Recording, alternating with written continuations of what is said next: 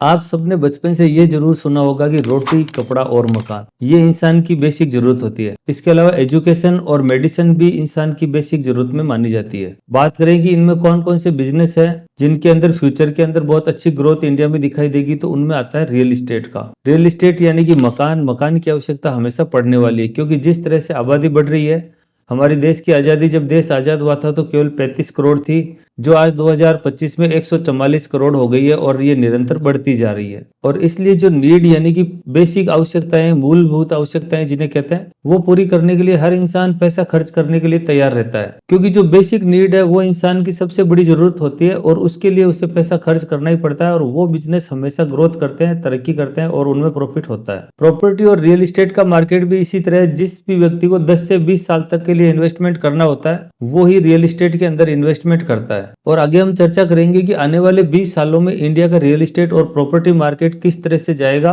और इस मार्केट में क्या पोटेंशियल ग्रोथ है। वर्तमान में रियल एस्टेट की बात करें तो इसमें 80% रेजिडेंशियल एरिया की डिमांड रहती है और 20% कॉमर्शियल एरिया का मार्केट है। बात करें इंडिया की जीडीपी के अंदर रियल एस्टेट मार्केट का कितना योगदान है, तो 7% वर्तमान में चल रहा है और इन फ्यूचर आने वाले 5 सालों में ये डबल होने की पूरी संभावना है। और जो खास डेवलपमेंट और ग्रोथ जो देखी जा रही है वो मेट्रो सिटीज के अंदर देखी जा रही है, क्योंकि हमारा देश जब 1947 में आजाद हुआ था तो 90% लोग गाँव में रहते थे, 8 से 10% आबादी ही बड़े शहरों में रहती थी। बात करें 2025 तक की तो आते आते 36% के करीब आबादी शहरों में निवास करती है। अभी वर्तमान में 8 ऐसी सिटी हैं जो मेट्रो सिटी के अंदर है, लेकिन इन फ्यूचर आने वाले वर्षों में इनके दुगने होने की पूरी संभावना है। जैसे जैसे शहरीकरण बढ़ रहा है, डेवलपमेंट बढ़ रहा है, रियल एस्टेट मार्केट तेज कर रहा है, लोग शहरों की तरफ मूव हो रहे हैं, इससे इन फ्यूचर में मेट्रो सिटीज की संख्या बढ़ेगी और सुविधाएं वहां पर बढ़ेगी। बात करें रियल एस्टेट मार्केट में अगर तेजी कब से आई, तो मैं बताऊं आपको 1990 से पहले रियल एस्टेट मार्केट में जो ग्रोथ थी वो एक नॉर्मल ग्रोथ थी, लेकिन 1990 के बाद 1990 के बाद इसके अंदर जो एक तेजी का साइकिल देखने के लिए मिला वो कंटिन्यू इसमें तेजी की ग्रोथ बनी हुई है। 1990 से लेकर 2025 तक इसके अंदर बहुत अच्छी ग्रोथ देखने को मिली है और इसी कारण इसमें आम आदमी, आम इन्वेस्टर रियल एस्टेट में इंटरेस्ट लेने लगा और हर आदमी रियल एस्टेट में इन्वेस्टमेंट कर रहा है। अब जानते हैं कि ऐसे क्या रीजन है जिसके कारण रियल एस्टेट मार्केट लगातार बढ़ता जा रहा है। उन कारणों में नंबर 1 पर आता है पॉपुलेशन, क्योंकि पॉपुलेशन हर साल बढ़ती जा रही है तो सबको रहने के लिए मकान चाहिए। हर आदमी का बेसिक चीजें होती है रोटी, कपड़ा और मकान, तो मकान की नीड हमेशा बढ़ेगी। इसीलिए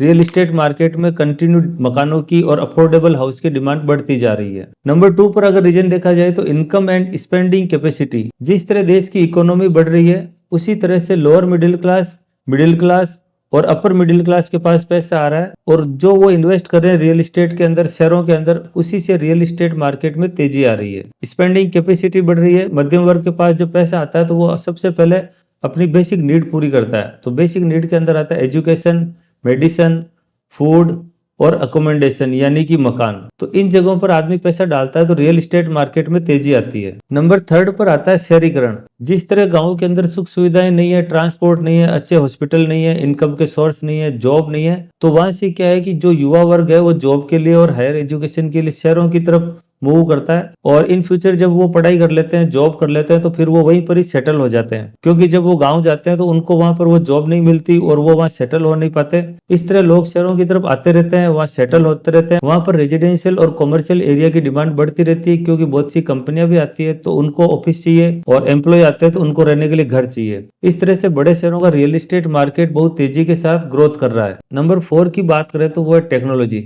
जिस तरह पिछले 25-30 सालों के अंदर टेक्नोलॉजी आई है रियल एस्टेट के अंदर, उससे कंस्ट्रक्शन बहुत स्पीड से हो रहे हैं और जो लोगों की डिमांड थी उस हिसाब से सप्लाई भी मार्केट में आ रही है। तो लोगों को रहने के लिए घर चाहिए तो उनके लिए फ्लैट्स, विला, कॉमर्शियल स्पेस सभी तैयार हो रहे हैं और इससे रियल एस्टेट का मार्केट और तेजी के साथ ग्रोथ कर रहा है। और इसी ग्रोथ का फायदा छोटे शहरों को भी मिल रहा है, क्योंकि जब भी बड़े शहर होते हैं उनके अंदर रियल एस्टेट और डेवलपर के पास पैसा होता है तो वो वहां से कुछ डिस्टेंस के ऊपर जमीन खरीदते हैं। इससे होता है क्या कि एक वेव चलती है। जैसे बड़े डेवलपर के पास पैसा आया, उसने वापस री इन्वेस्ट करा दूसरी जगह, फिर वहां पर जो किसान होंगे वो और आगे जाके जमीन खरीदेंगे। तो इस तरह से ये पूरी वेव चलती है। इसका उदाहरण आप ऐसे समझ सकते हैं जैसे एकदम शांत पानी है, उसके अंदर किसी ने अगर एक कंकड़ डाल दिया तो जो वेव चलेगी वो पूरी किनारे तक पहुंचेगी। और रियल एस्टेट की बात करें तो जो भी इंडिया की इकोनॉमी में ब्लैक मनी होता है वो रियल एस्टेट मार्केट में पूरा खपता है। तो जो ब्लैक मनी होती है उससे भी एक पैरेलल इकोनॉमी चलती है। क्योंकि जैसे ही पैसा जाता है तो आगे से आगे इकोनॉमी को चलाने के लिए हेल्प करता है। जब ये पैसा किसानों के पास आता है तो वो भी मकान बनाते हैं, वो भी आगे और जमीन खरीदते हैं, तो इस तरह से आगे इकोनॉमी चलती जाती है और इकोनॉमी का पूरा एक साइकिल रियल एस्टेट मार्केट से चलता है। हालांकि ये बात गवर्नमेंट को भी पता है कि ब्लैक का पैसा रियल एस्टेट मार्केट में बहुत आता है,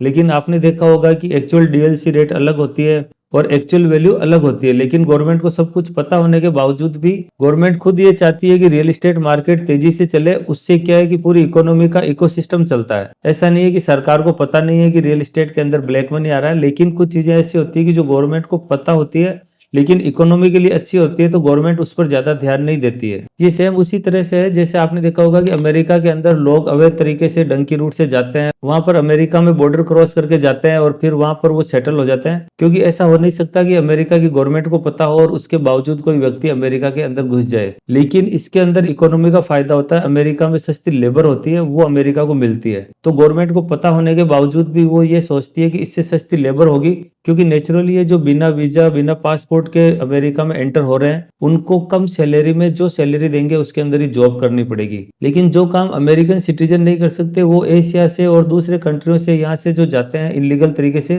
वो लोग कम सैलरी में जॉब करते हैं और उन लोगों की मजबूरी का फायदा बिजनेसमैन उठाते हैं। सेम उदाहरण अगर अपन देखें तो इंडिया के अंदर भी बांग्लादेश से लाखों की संख्या के अंदर इंडिया के अंदर लोग आते हैं। सरकार को पता है, लेकिन सरकार चाहे तो एक भी आदमी को एंटर नहीं होने देगी, लेकिन गवर्नमेंट कुछ कर नहीं पा रही है। इसके पीछे ये होता है कि इकोनॉमी में सस्ती लेबर मिलती है, लेकिन इसमें भी कुछ कारण हो गए गवर्नमेंट के, इसलिए वो उस ओर ध्यान नहीं दे पा रही है। बात करें इंडिया की तो इंडिया के अंदर क्या है कि वोटिंग की देखिए एज है 18 ईयर, शादी की उम्र 21 साल, लेकिन बात करें कि आदमी फाइनेंशियली स्टेबल और स्ट्रांग बनता है लगभग 35 से 40 साल की उम्र के बाद, क्योंकि जब तक वो अपनी पढ़ाई पूरी कर लेता है 5-10 साल उसको जॉब में हो जाते हैं, कुछ उसकी सेविंग हो जाती है, तब वो फाइनेंशियल स्ट्रांग बनता है। तब वो सोचता है रियल एस्टेट के लिए, छोटा मोटा मकान लेने के लिए, प्लॉट लेने के लिए, फ्लैट लेने के लिए या कोई कॉमर्शियल शॉप लेने के लिए। तो इस तरह से फाइनेंशियल जर्नी उसकी स्टार्ट होती है 35 से 40 साल की एज में। और मोस्टली जो रियल एस्टेट में इन्वेस्टमेंट करते हैं वो 35-40 साल से लेकर 55 साल तक की एज वाले इन्वेस्टमेंट करते हैं। 55 साल से ज्यादा की एज वाले व्यक्ति ज्यादातर रेडी टू मूव मकान खरीदते हैं या फ्लैट खरीदते हैं, क्योंकि इस एज में वो रिस्क नहीं ले सकते और उन्हें प्रैक्टिकल रहने के लिए जगह चाहिए होती है। इसके अलावा भी सीनियर सिटीजन लोग खरीदते हैं तो या तो उनके बेसिक पूरे हो चुके हैं और 2-3 प्रॉपर्टियां उन्होंने खरीद रखी होती है, तो वो लोग और री इन्वेस्ट करते हैं, किसी प्रॉपर्टी को सेल करके वो प्राइम लोकेशन पर ले लेते हैं और अपना प्रॉफिट बुक करते हैं। तो इस तरह से कुछ रियल एस्टेट की इकोनॉमी पूरी चलती है। रियल एस्टेट और प्रॉपर्टी मार्केट के बारे में यह कहा जाता है कि real investor come from real estate. जी हाँ, दुनिया में जितने भी सक्सेसफुल मिलेनियर हुए हैं उन लोगों ने रियल एस्टेट यानी कि जमीन के अंदर जरूर इन्वेस्टमेंट किया है, ताकि उनका बेस रहता है जमीन से जुड़े हुए जरूर रहते हैं, क्योंकि बाकी सारी आपके जो भी इन्वेस्टमेंट है वो एक पेपर वैल्यू है। गोल्ड, सिल्वर, रियल एस्टेट ये ऐसे एसेट्स है जिसके अंदर गिरावट कभी आती नहीं है और इन फ्यूचर हमेशा फायदा मिलता है।